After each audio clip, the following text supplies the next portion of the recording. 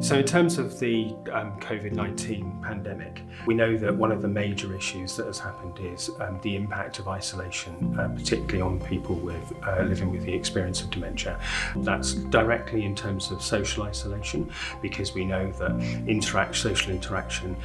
is a very, very important aspect of the life of a person with dementia, and that has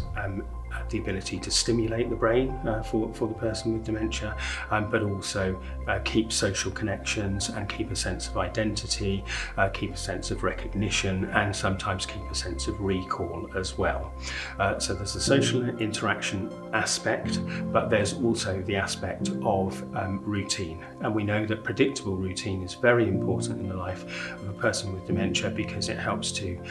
cement them in the present to a large extent. And of course, what's happened during the pandemic is where social groups, many of them run by the Alzheimer Society, in Right at Home we use dementia cafes very often locally, and where those have stopped happening, that has had a massive impact upon people living with the experience of dementia.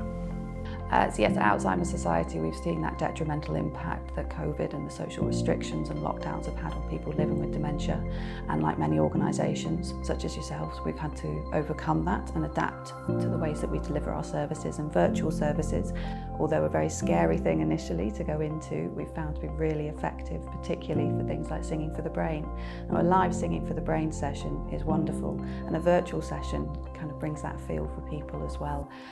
So it's helping with that routine, getting people to,